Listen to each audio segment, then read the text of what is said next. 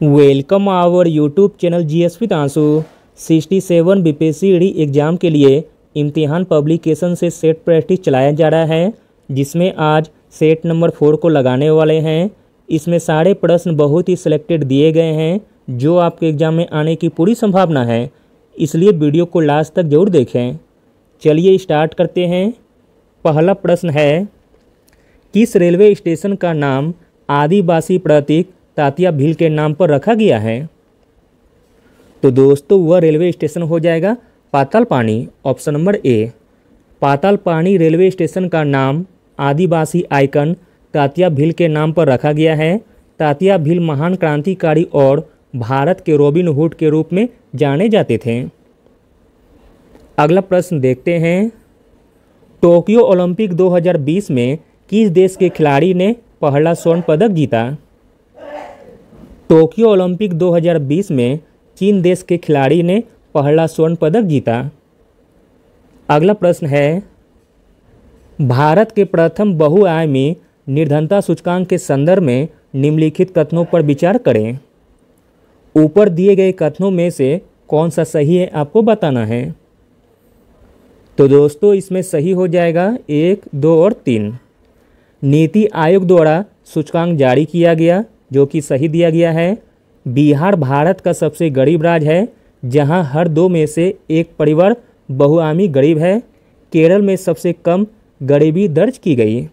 इस प्रकार option number D सही हो जाएगा, 1, 2 और 3। अगला प्रश्न है, पायलट प्रोजेक्ट के तौर पर भारत का पहला अनाज एटीएम निम्न में से कहाँ स्थापित किया गया? पायलट प्रोजेक्ट के तौर पर भारत का पहला अनाज एटीएम स्थापित किया गया हरियाणा के गुरुग्राम में। अगला प्रश्न है, भारत का कौन सा राज्य पूर्णतः कागज रहित ई कैबिनेट प्रणाली लागू करने वाला पहला राज्य बना है? इम्पोर्टेंट प्रश्न है। कागज रहित ई कैबिनेट प्रणाली लागू करने वाला पहला राज्य बना है हिमाचल प्रदेश, जबकि ई बजट पेश करने वाला भारत का पहला राज्य बना है उत्तर प्रदेश। अगला प्रश्न है, सैयद मुश्ताक अली ट्रॉफी 2021-22 को किस टीम ने जीता है? सैयद मुश्ताक अली ट्रॉफी 2021-22 को जीता है तमिलनाडु ने, ऑप्शन नंबर डी। तमिलनाडु ने सैयद मुश्ताक अली ट्रॉफी 2021-22 में फाइनल में कर्नाटक को 4 विकेट से पराजित करके जीता था। अगला प्रश्न है, जम्मू कश्मीर आधिकारिक भाषा अधिनियम 2020 के अनुसार निम्न में से कौन जम्मू कश्मीर की आधिकारिक भाषाएं हैं? जम्मू कश्मीर की आधिकारिक भाषाएं हैं वह है कश्मीरी, डोगरी, उर्दू, हिंदी और अंग्रेजी। अगला प्रश्न देखते हैं, बिहार आर्थिक सर्वेक्षण 2021-22 को विधानसभा में किसके द्वारा पेश किया गया? बिहार आर्थिक सर्वेक्षण 2021-22 को विधानसभा में पेश किया गया तारकिशोर प्रसाद जी के द्वारा। अगला प्रश्न है, संयुक्त राष्ट्र महासभा के 75वें सत्र के दौरान संयुक्त राष्ट्र सुरक्षा परिषद के लिए चुने गए 5 नए अस्थायी सदस्य कौन हैं? संयुक्त राष्ट्र महासभा के 75वें सत्र के दौरान संयुक्त राष्ट्र सुरक्षा परिषद के लिए 5 नए अस्थायी सदस्य हैं अल्बानिया, घाना, गैबोन, संयुक्त अरब अमीरात और ब्राज़ील। अगला प्रश्न है, बिहार आर्थिक सर्वेक्षण 2021-22 के अनुसार बिहार में कृषि क्षेत्र में वृद्धि दर कितनी दर्ज की गई?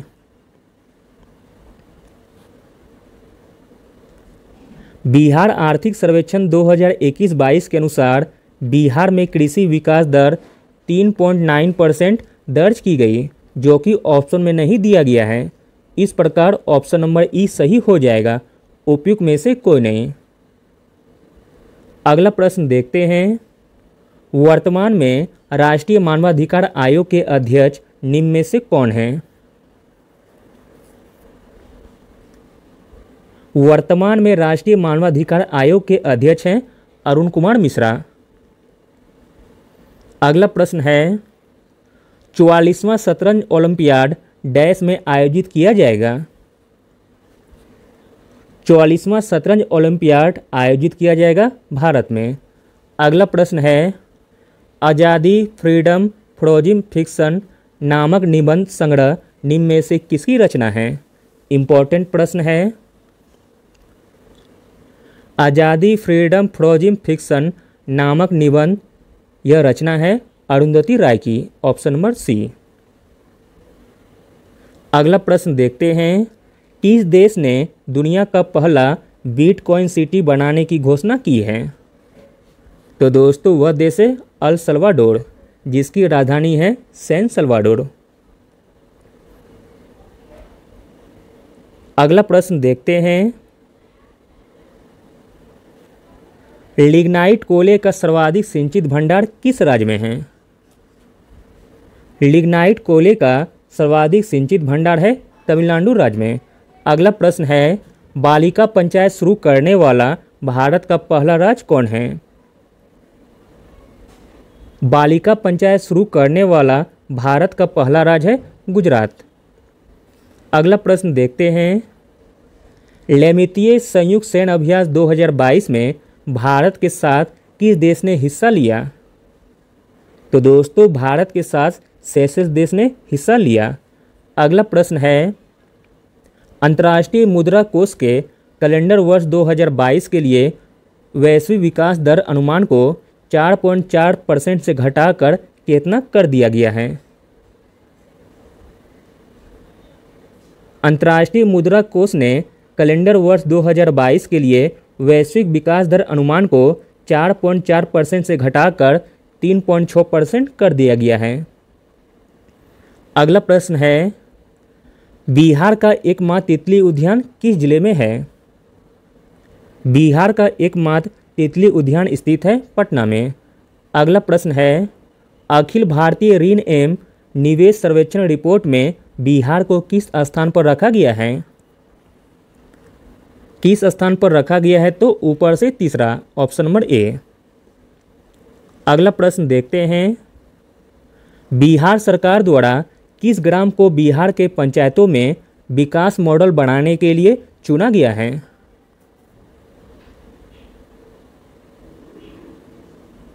बिहार सरकार द्वारा जहानाबाद के धरनई ग्राम को बिहार के पंचायतों में विकास मॉडल बनाने के लिए चुना गया है। अगला प्रश्न है केंद्र सरकार ने अभियान हर घर दस्तक की शुरुआत की है। केंद्र सरकार ने अभियान हर घर दस्तक की शुरुआत की है कोविड टीकाकरण के लिए। अगला प्रश्न देखते हैं नीति आयोग द्वारा जारी एसडीजी भारत सूचकांक 2020-21 में किस राज्य को सर्वोच्च स्थान प्राप्त हुआ है। तो दोस्तों वह राज्य हो जाएगा केरल। Option number C. अगला प्रश्न देखते हैं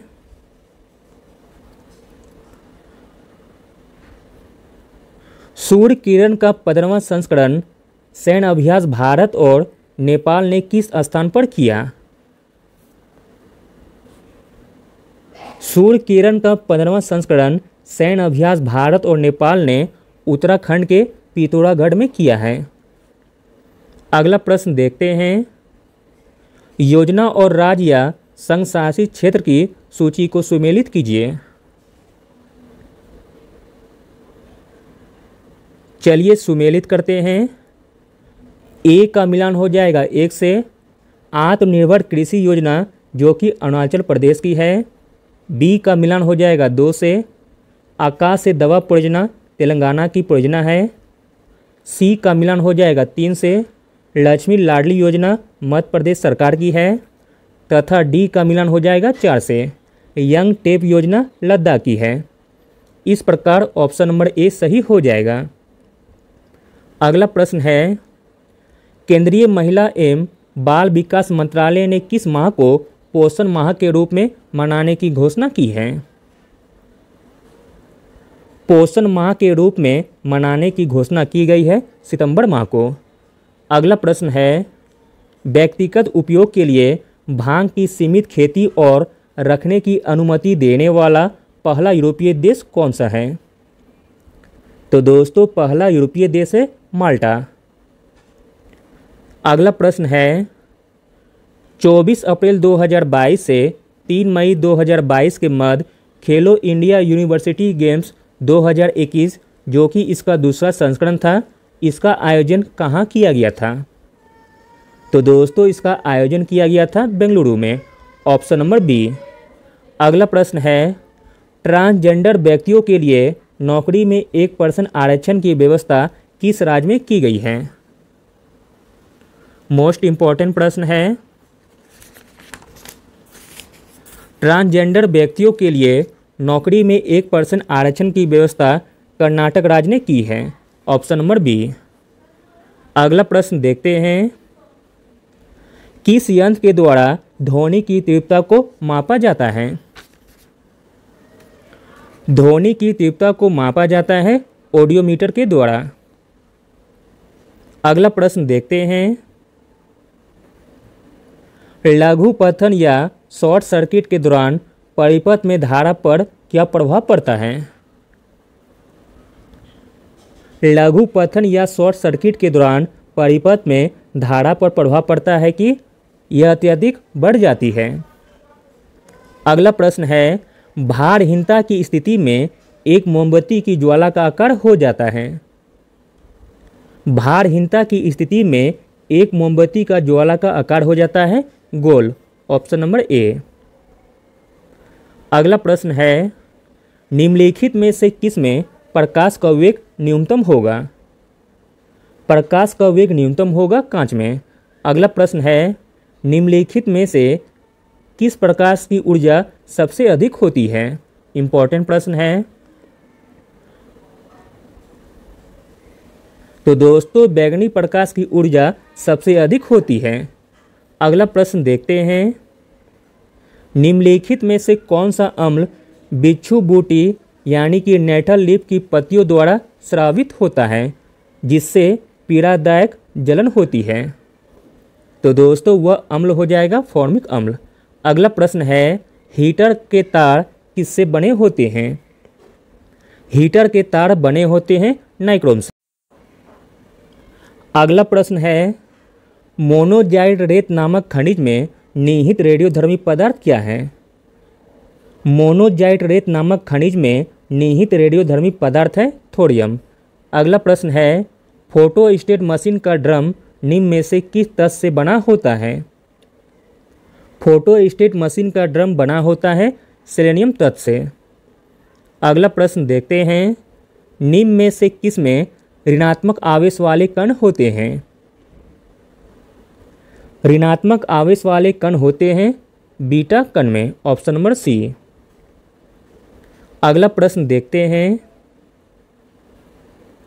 खराब हवादार इमारतों में निम्नलिखित में से कौन सी अक्रिय गैस जमा हो सकती है? तो दोस्तों वह अक्रिय गैस है रेडॉन। अगला प्रश्न है, चूना पत्थर का रासायनिक नाम क्या है? चूना पत्थर का रासायनिक नाम है कैल्शियम कार्बोनेट। अगला प्रश्न देखते हैं, एलपीजी सिलेंडर में रिसाव का पता लगाने के लिए किस गैस का उपयोग किया जाता है? किस गैस का उपयोग किया जाता है? तो एथिल मरकैप्टन का। अगला प्रश्न है, निम्नलिखित कार्बन अपरूपों में से कौन सा या कौन से विद्युत का सुचालक है? तो दोस्तों इसमें विद्युत का सुचालक हो जाएगा केवल 3 यानी कि ग्रेफाइट। हीरा, ग्रेफाइट एवं फ्लोरीन सभी कार्बन के अपरूप हैं। इनमें से केवल ग्रेफाइट ही सुचालक हैं। हीरा एवं फ्लोरीन विद्युत के कुचालक हैं। अगला प्रश्न देखते हैं, ठंडे प्रदेशों में झीलों के जमने के बाद भी जलीय जीवों के जिंदा रहने का कारण क्या है?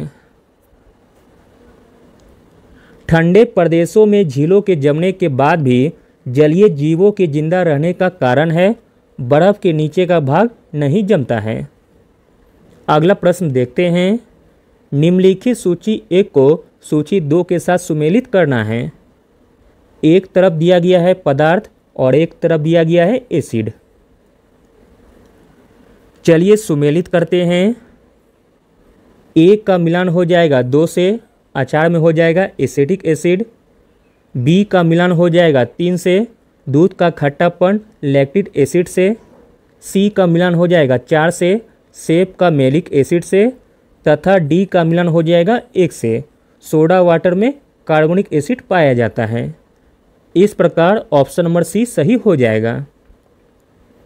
अगला प्रश्न है, सीएनजी मुख्य रूप से डैश से युक्त हाइड्रोकार्बन का मिश्रण है। तो दोस्तों सीएनजी मुख्य रूप से मीथेन से युक्त हाइड्रोकार्बन का मिश्रण है। अगला प्रश्न देखते हैं, निम्नलिखित में से किसका प्रयोग कृत्रिम वर्षा के लिए किया जाता है। कृत्रिम वर्षा के लिए किया जाता है सिल्वर आयोडाइड का प्रयोग। अगला प्रश्न है, किसी परमाणु में इलेक्ट्रॉन की संख्या 13 m, न्यूट्रॉन की संख्या 14 है तो उसकी द्रव्यमान संख्या कितनी होगी। तो दोस्तों इसकी द्रव्यमान संख्या होगी 27। दोनों को जोड़ दीजिए, 14 + 13। अगला प्रश्न देखते हैं, तेज बुखार से राहत के लिए मस्तक पर अल्कोहल और पानी के मिश्रण से भींगा कपड़ा क्यों रखा जाता है। तेज बुखार से राहत के लिए मस्तक पर अल्कोहल और पानी के मिश्रण से भींगा कपड़ा इसलिए रखा जाता है क्योंकि अल्कोहल के वाष्पीकरण की दर तीव्र होने के कारण। अगला प्रश्न है, पुस्तक द ओरिजिन ऑफ स्पीसीज के लेखक कौन हैं। आसान सा प्रश्न है। पुस्तक द ओरिजिन ऑफ स्पीसीज के लेखक हैं चार्ल्स डार्विन। अगला प्रश्न देखते हैं, प्रकाश संश्लेषण को प्रभावित करने वाला बाह्य कारकों में निम्नलिखित में से कौन एक शामिल नहीं है। तो दोस्तों जो शामिल नहीं है वह है क्लोरोप्लास्ट। अगला प्रश्न है, आटे के प्रोटीन स्तर को कम करने के लिए बिस्कुट निर्माता द्वारा किस एंजाइम का उपयोग किया जाता है। तो दोस्तों वह एंजाइम हो जाएगा प्रोटीज, ऑप्शन नंबर बी। अगला प्रश्न देखते हैं, वैसे पौधे जो शुष्क जलवायु में विशेषतः होते हैं वे क्या कहलाते हैं। तो दोस्तों वे कहलाते हैं जीरोफाइट। अगला प्रश्न है, ऊंट का कुबर निम्नलिखित में से किसका भंडार होता है। ऊंट का कुबर भंडार होता है वसा का। अगला प्रश्न है, पशुओं के कृत्रिम गर्भाधान हेतु वीर्य को निम्नलिखित में से किसमें सुरक्षित रखा जाता है। तो दोस्तों सुरक्षित रखा जाता है द्रव नाइट्रोजन में। अगला प्रश्न देखते हैं, निम्नलिखित में से किसकी कमी से मानव मधुमेह से ग्रसित हो जाता है। तो दोस्तों इंसुलिन की कमी से मानव मधुमेह से ग्रसित हो जाता है। अगला प्रश्न है, अग्नाशय ग्रंथि के संबंध में निम्न में से कौन सा कथन असत्य है। जो कथन असत्य है उसका चयन करना है। अग्नाशय ग्रंथि के संबंध में जो कथन असत्य है वह है ऑप्शन नंबर सी। बहिःस्रावी भाग से अम्लीय अग्नाशय स्राव निकलता है जिसमें एंजाइम होते हैं, जो कि एकदम गलत दिया गया है। अगला प्रश्न देखते हैं, मानव शरीर में हीमोग्लोबिन ऑक्सीजन के परिवहन का कार्य करते हैं। प्रत्येक हीमोग्लोबिन अणु अधिकतम कितने ऑक्सीजन अणु का वहन कर सकते हैं। मानव शरीर में हीमोग्लोबिन ऑक्सीजन का परिवहन का कार्य करते हैं। प्रत्येक हीमोग्लोबिन अणु अधिकतम 4 ऑक्सीजन अणु का वहन कर सकते हैं। अगला प्रश्न है, किस चार्टर एक्ट या अधिनियम द्वारा कंपनी के सभी वाणिज्यिक अधिकार समाप्त कर दिया गया था। तो दोस्तों वह चार्टर एक्ट था चार्टर एक्ट 1833 का। अगला प्रश्न देखते हैं, भारत की संचित निधि से धन निकालने के लिए निम्न में से कौन सा विधेयक पारित करना पड़ता है। तो दोस्तों वह विधेयक है विनियोग विधेयक, ऑप्शन नंबर सी। अगला प्रश्न देखते हैं, उद्देशिका में 42वें संविधान संशोधन द्वारा जोड़े गए शब्दों का सही क्रम क्या है?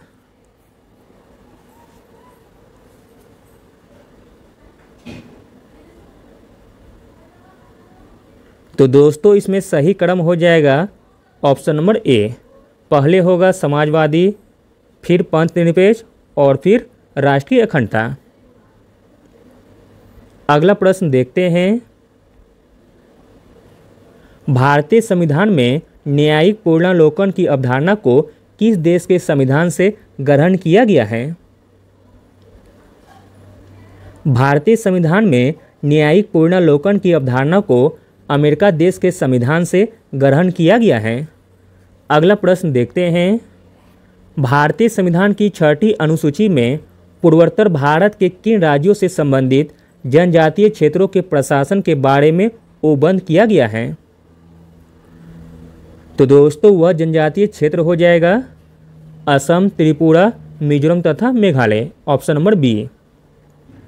भारतीय संविधान की 6ठी अनुसूची में पूर्वोत्तर भारत के असम, त्रिपुरा, मिजोरम, मेघालय से संबंधित जनजातीय क्षेत्रों के प्रशासन के बारे में उल्लेख किया गया है।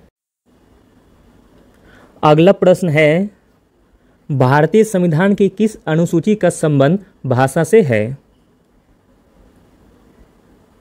तो दोस्तों वह अनुसूची हो जाएगी 8वीं अनुसूची, जिसका संबंध है भाषा से।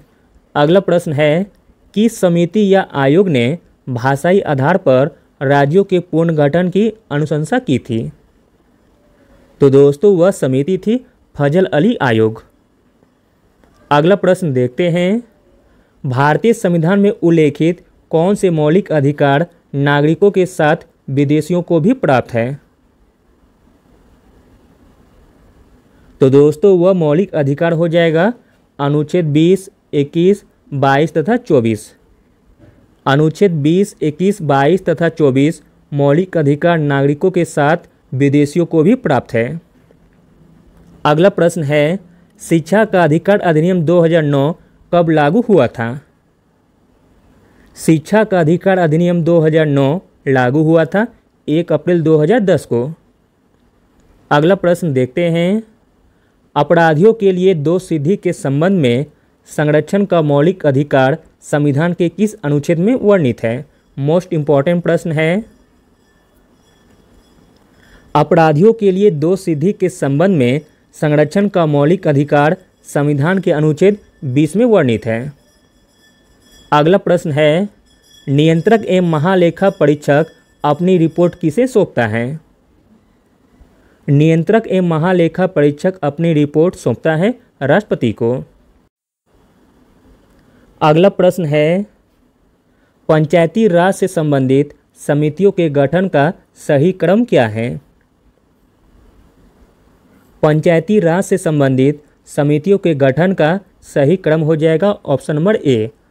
पहले हुई थी बलवंत राय मेहता समिति की स्थापना 1957 में, फिर हुई थी अशोक मेहता समिति की स्थापना 1970 में, फिर हुई थी JVK राव समिति की स्थापना 1985 में, फिर LM सिंघवी समिति की स्थापना 1986 में और लास्ट PK थुंगन समिति की स्थापना हुई थी 1988 में।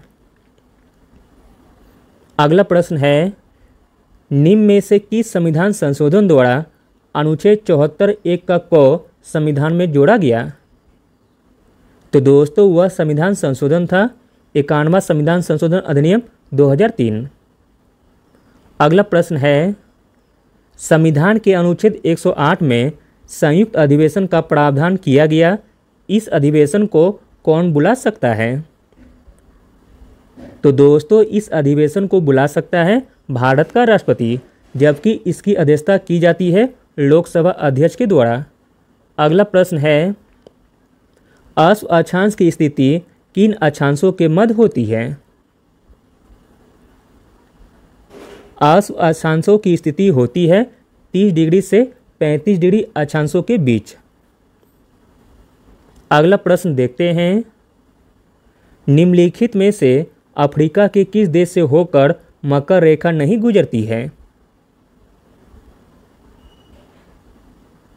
तो दोस्तों अफ्रीका के जिम्बाब्वे देश से होकर मकर रेखा नहीं गुजरती है। अगला प्रश्न है, निम्नलिखित में से कौन सा पठार एंडीज पर्वत श्रेणी पर स्थित नहीं है? एंडीज पर्वत श्रेणी पर स्थित नहीं है, वह पठार हो जाएगा गुयाना का पठार। अगला प्रश्न है, ग्रेट विक्टोरियन मरुस्थल कहाँ स्थित है? ग्रेट विक्टोरियन मरुस्थल स्थित है ऑस्ट्रेलिया देश में। अगला प्रश्न देखते हैं, सहारा मरुस्थल से चलने वाला गर्म हवा को मिस्र में किस नाम से जाना जाता है? किस नाम से जाना जाता है? तो खमसिन के नाम से। अगला प्रश्न है, टंगस्टन का सर्वाधिक उत्पादन करने वाला देश निम्नलिखित में से कौन सा है? टंगस्टन का सर्वाधिक उत्पादन करने वाला देश हो जाएगा चीन। अगला प्रश्न है, वायुमंडल के किस भाग में समस्त मौसमी घटनाएं होती है? समस्त मौसमी घटनाएं होती है क्षोभमंडल में। अगला प्रश्न है, इनमें कौन सी पहाड़ियाँ गुजरात में अवस्थित नहीं है? गुजरात में अवस्थित नहीं है राजमहल की पहाड़ी तथा मंदार की पहाड़ी। मंदार की पहाड़ी बिहार के बांका जिले में स्थित है, जबकि राजमहल की पहाड़ी झारखंड में स्थित है। अगला प्रश्न देखते हैं, निम्नलिखित पश्चिम की ओर बहने वाली नदी की पहचान करें। पश्चिम की ओर बहने वाली नदी हो जाएगी नर्मदा तथा ताप्ती। अगला प्रश्न है, निम्न में से किस जलप्रपात को भारत का न्यायगरा भी कहा जाता है? भारत का न्यायगरा कहा जाता है चित्रकूट जलप्रपात को। Option number A. चित्रकूट जलप्रपात इंदिरा नदी पर छत्तीसगढ़ में स्थित है। अगला प्रश्न है, कॉफ़ी बोर्ड का मुख्यालय भारत के किस शहर में स्थित है? कॉफ़ी बोर्ड का मुख्यालय भारत के बेंगलुरु शहर में स्थित है। अगला प्रश्न देखते हैं, जनगणना 2011 के अनुसार मेगा सिटी के अंतर्गत नहीं आता है। जनगणना 2011 के अनुसार मेगा सिटी के अंतर्गत नहीं आता है, वह है बेंगलुरु, जबकि दिल्ली, मुंबई तथा कोलकाता यह तीनों शहर जनगणना 2011 के अनुसार मेगा सिटी के अंतर्गत आते हैं। अगला प्रश्न है, 6 वर्ष से कम उम्र के बच्चों की कुल संख्या के मामले में द्वितीय स्थान किस राज्य का है? तो दोस्तों द्वितीय स्थान है बिहार राज्य का। Option number A. अगला प्रश्न है, निम्नलिखित में से कौन सा राष्ट्रीय उद्यान या वन्यजीव अभयारण्य पश्चिम चंपारण में अवस्थित है? जो राष्ट्रीय उद्यान या वन्यजीव अभयारण्य पश्चिम चंपारण में अवस्थित है वह है उदयपुर अभयारण्य तथा वाल्मीकि राष्ट्रीय उद्यान, जबकि गोगा भील झील कटिहार में स्थित है और कांवड़ झील बेगूसराय में। अगला प्रश्न है, निम्नलिखित में से कौन सी नदी स्वतंत्र रूप से गंगा में मिलती है? स्वतंत्र रूप से गंगा में मिलती है कर्मनाशा नदी। अगला प्रश्न है, बिहार के सबसे पूर्वी एवं पश्चिमी जिले हैं। बिहार के सबसे पूर्वी एवं पश्चिमी जिले हैं कटिहार एवं पश्चिमी चंपारण। अगला प्रश्न देखते हैं, अबड़क का उत्पादन बिहार के किस जिले में नहीं होता है? अबड़क का उत्पादन बिहार के जिस जिले में नहीं होता है वह है कैमूर। अगला प्रश्न है, सबसे अधिक जनसंख्या वाले बिहार के 3 जिले कौन से हैं?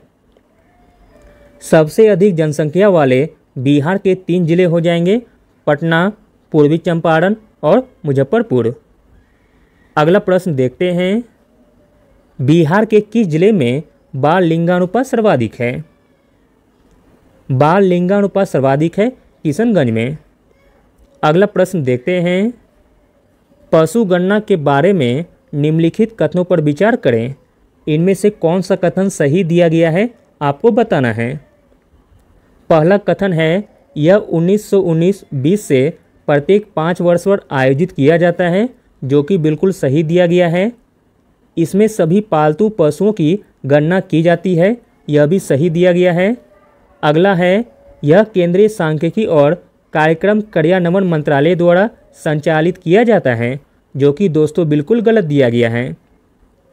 यह मत्स्य संसाधन, पशुपालन और डेयरी मंत्रालय द्वारा सभी राज्य सरकारों एवं केंद्र शासित प्रदेशों के प्रशासन के साथ मिलकर आयोजित किया जाता है। इस प्रकार ऑप्शन नंबर बी सही हो जाएगा, 1 एवं 2। अगला प्रश्न देखते हैं। राष्ट्रीय परिवार स्वास्थ्य सर्वेक्षण 5 के अनुसार 2019 से 2021 में भारत में कुल प्रजनन दर कितनी दर्ज की गई है? राष्ट्रीय परिवार स्वास्थ्य सर्वेक्षण 5 के अनुसार 2019-2021 में भारत में कुल प्रजनन दर दर्ज की गई है 2%। अगला प्रश्न है, 2021-22 में भारत के किस राज्य ने सर्वाधिक एफडीआई प्राप्त किया है? इम्पोर्टेंट प्रश्न है। 2021-22 में भारत के कर्नाटक राज्य ने सर्वाधिक एफडीआई प्राप्त किया है। अगला प्रश्न देखते हैं। निम्न में से कौन सा विभाग वित्त मंत्रालय से संबंधित है? वित्त मंत्रालय से संबंधित हो जाएगा। यह चारों के चारों वित्त मंत्रालय से संबंधित है। इस प्रकार ऑप्शन नंबर ई सही हो जाएगा, उपयुक्त में से एक से अधिक। व्यय विभाग, सार्वजनिक उद्यम विभाग, आर्थिक मामलों का विभाग तथा राजस्व विभाग, यह चारों विभाग वित्त मंत्रालय से संबंधित हैं। अगला प्रश्न देखते हैं। समावेशी समृद्धि का संबंध निम्न में से किस पंचवर्षीय योजना से है? इम्पोर्टेंट प्रश्न है। समावेशी समृद्धि का संबंध है 11वीं तथा 12वीं पंचवर्षीय योजना से। अगला प्रश्न देखते हैं। उद्योग एवं संबंधित समितियों में कौन सुमेलित नहीं है?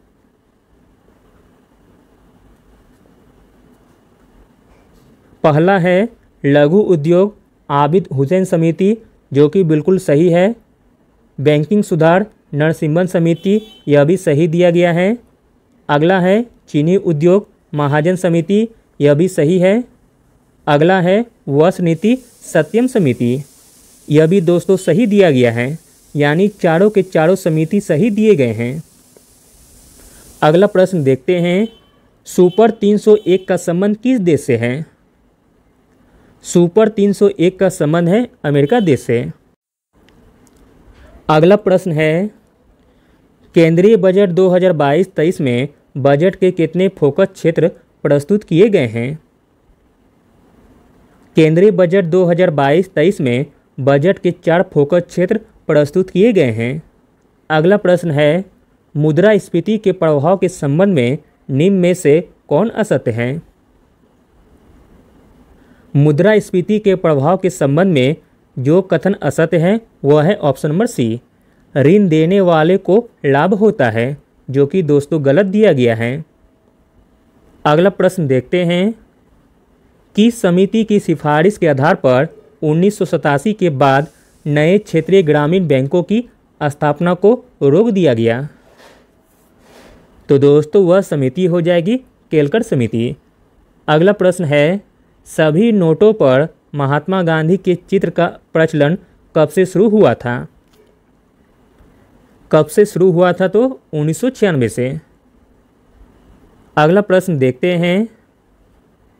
नालंदा परियोजना किस मंत्रालय से संबंधित है? इम्पोर्टेंट प्रश्न है। नालंदा परियोजना संबंधित है अल्पसंख्यक मंत्रालय से। अगला प्रश्न है। बिहार में जेंडर बजट की शुरुआत कब हुई थी?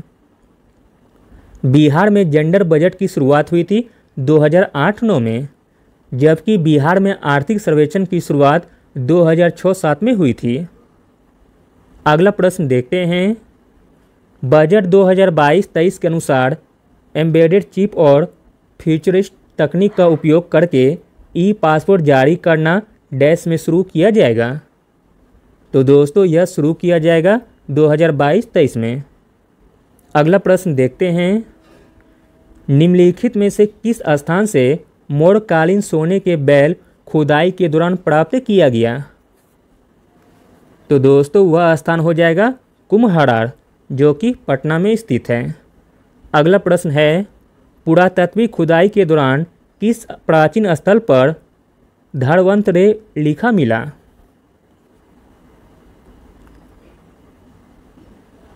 प्राचीन खुदाई के दौरान पटना स्थल पर धन्वंतरि लिखा मिला था। अगला प्रश्न देखते हैं, पुस्तकों एवं लेखकों का कौन सा युग सुमेलित नहीं है?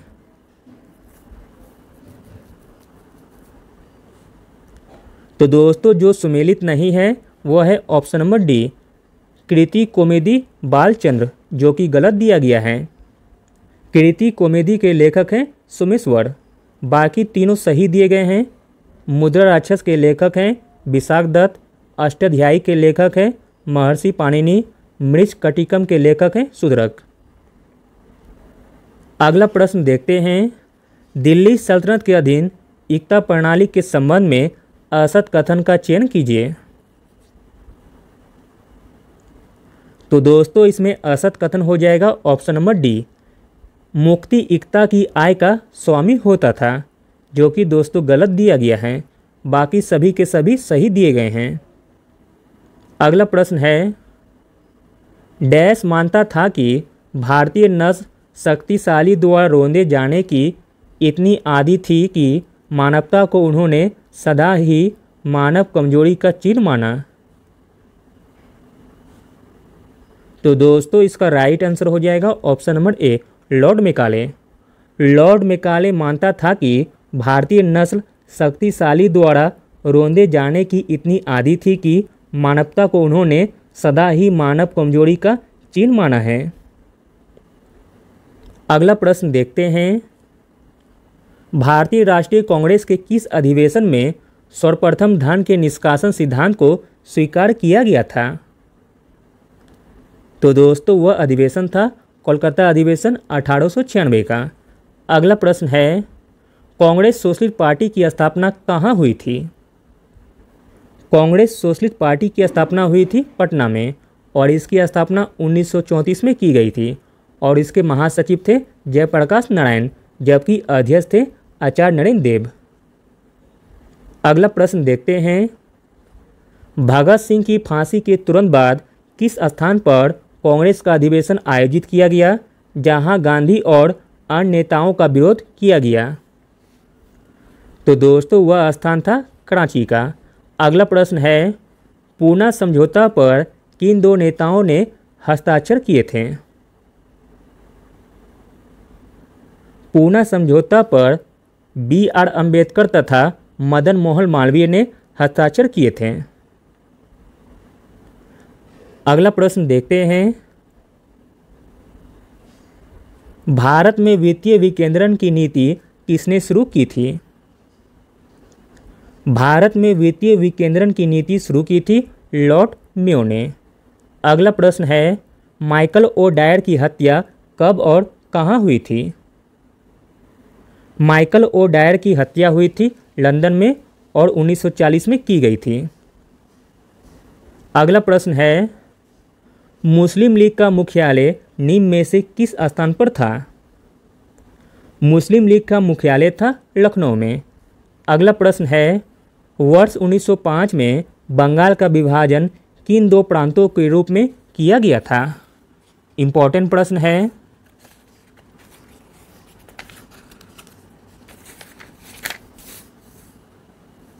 वर्ष 1905 में बंगाल का विभाजन पश्चिमी बंगाल और पूर्वी बंगाल दो प्रांतों के रूप में किया गया था। अगला प्रश्न है, मौर्य काल में प्राच्य या पूर्वी प्रदेश की राजधानी निम्नलिखित में से कहाँ थी? मौर्य काल में प्राच्य या पूर्वी प्रदेश की राजधानी थी पाटलिपुत्र में।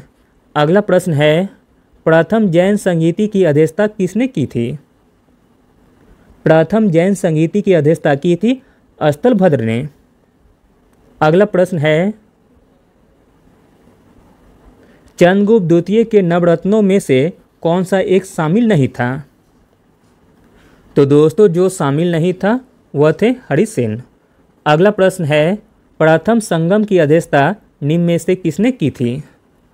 इम्पोर्टेंट प्रश्न है। प्रथम संगम की अध्यक्षता की गई थी अगस्त ऋषि के द्वारा। अगला प्रश्न देखते हैं, पुराणों का अध्ययन करने वाला प्रथम मुस्लिम कौन था? पुराणों का अध्ययन करने वाला प्रथम मुस्लिम था अल-ब्रूनी। अगला प्रश्न है, बाजार नियंत्रण की नीति के लिए प्रसिद्ध दिल्ली सल्तनत का सुल्तान कौन था? बाजार नियंत्रण की नीति के लिए प्रसिद्ध दिल्ली सल्तनत का सुल्तान था अलाउद्दीन खिलजी। अगला प्रश्न है, किस सिख गुरु को गुरुमुखी लिपि का जनक माना जाता है? गुरुमुखी लिपि का जनक माना जाता है गुरु अंगद को। अगला प्रश्न है, हुमायूंनामा की रचना किसने की थी? हुमायूंनामा की रचना की थी गुलबदन बेगम ने। अगला प्रश्न है, दक्कन के वायसराय का खिताब प्राप्त हुआ था? दक्कन के वायसराय का खिताब प्राप्त हुआ था निजाम उल मुल्क आसफ जाह को। अगला प्रश्न है, पुर्तगालियों द्वारा चार्ल्स द्वितीय को दहेज में दिया गया द्वीप निम्नलिखित में से कौन सा है? तो दोस्तों वह द्वीप है बम्बई। अगला प्रश्न है, इस युद्ध ने अंग्रेजों को बंगाल, बिहार और उड़ीसा का निर्वाधक शासक बना दिया और अवध भी इसकी दया का मोहताज हो गया। तो दोस्तों वह युद्ध था 1764 में हुए बक्सर के युद्ध ने। अगला प्रश्न है, लॉर्ड वेलेस्ली की सहायक संधि के तहत हस्ताक्षर करने वाले राज्यों की सेना की स्थिति क्या होती थी? तो दोस्तों सेना की स्थिति होती थी भंग कर दी जाती थी। Option number A. अगला प्रश्न है, किस एक्ट से ईस्ट इंडिया कंपनी के सभी ऋण भारत सरकार ने अपने ऊपर ले लिए और भारत सरकार को कंपनी के शेयर होल्डर को उनकी पूंजी पर 10.5% लाभांश भी देना था? तो दोस्तों वह एक्ट हो जाएगा 1833 का चार्टर एक्ट। अगला प्रश्न है, भारत में डाक टिकटों का प्रारंभ किस गवर्नर जनरल के समय हुआ था? तो दोस्तों वह गवर्नर जनरल का नाम है लॉर्ड डलहौजी। अगला प्रश्न देखते हैं, निम्न में से किस वर्ष तक भारत में नागरिक सेवा का सभी नियुक्ति ईस्ट इंडिया कंपनी के निर्देशक करते थे? आंसर हो जाएगा ऑप्शन नंबर सी 1853 तक। अगला प्रश्न है, 19वीं सदी के पूर्वार्ध में सामाजिक एवं सांस्कृतिक जागरण के मुख्य नेता या आधुनिक भारत का प्रथम नेता कहा जाता था? तो दोस्तों आधुनिक भारत का प्रथम नेता कहा जाता था राजा राममोहन राय को। अगला प्रश्न है, किस मध्यकालीन शासक ने मुंगेर को बिहार एवं बंगाल की सीमा रेखा निर्धारित की थी?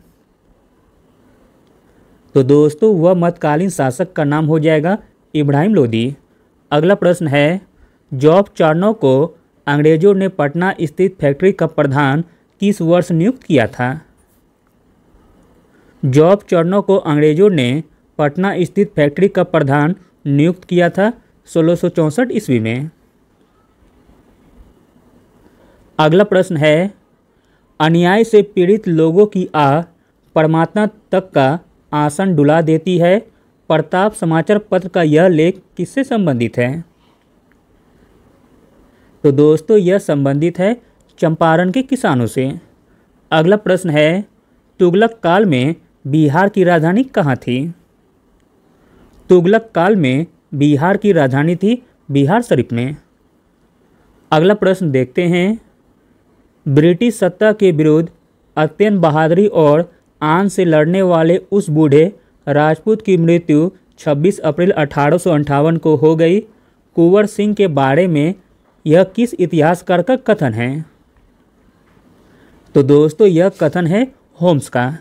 अगला प्रश्न है, निम्नलिखित में से किस वर्ष एनी बेसेंट ने 2 बार पटना की यात्रा की थी? एनी बेसेंट ने 2 बार पटना की यात्रा की थी 1918 में। दोस्तों, आगे 10 प्रश्न मैथ और रीजनिंग के दिए गए हैं, जिन्हें भी बनाना हो तो वो वीडियो पॉज करके बना सकते हैं। मैं सभी का आंसर बता देता हूँ। 141 का आंसर हो जाएगा ऑप्शन नंबर ए। 142 का आंसर हो जाएगा ऑप्शन नंबर बी।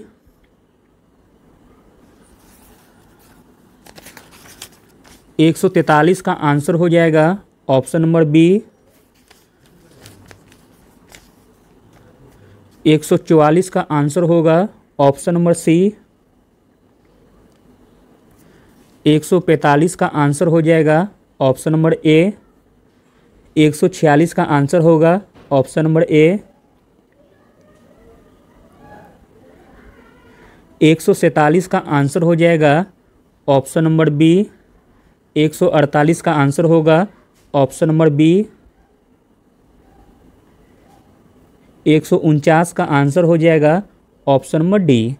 और लास्ट 150 का आंसर होगा option number B. Thank you.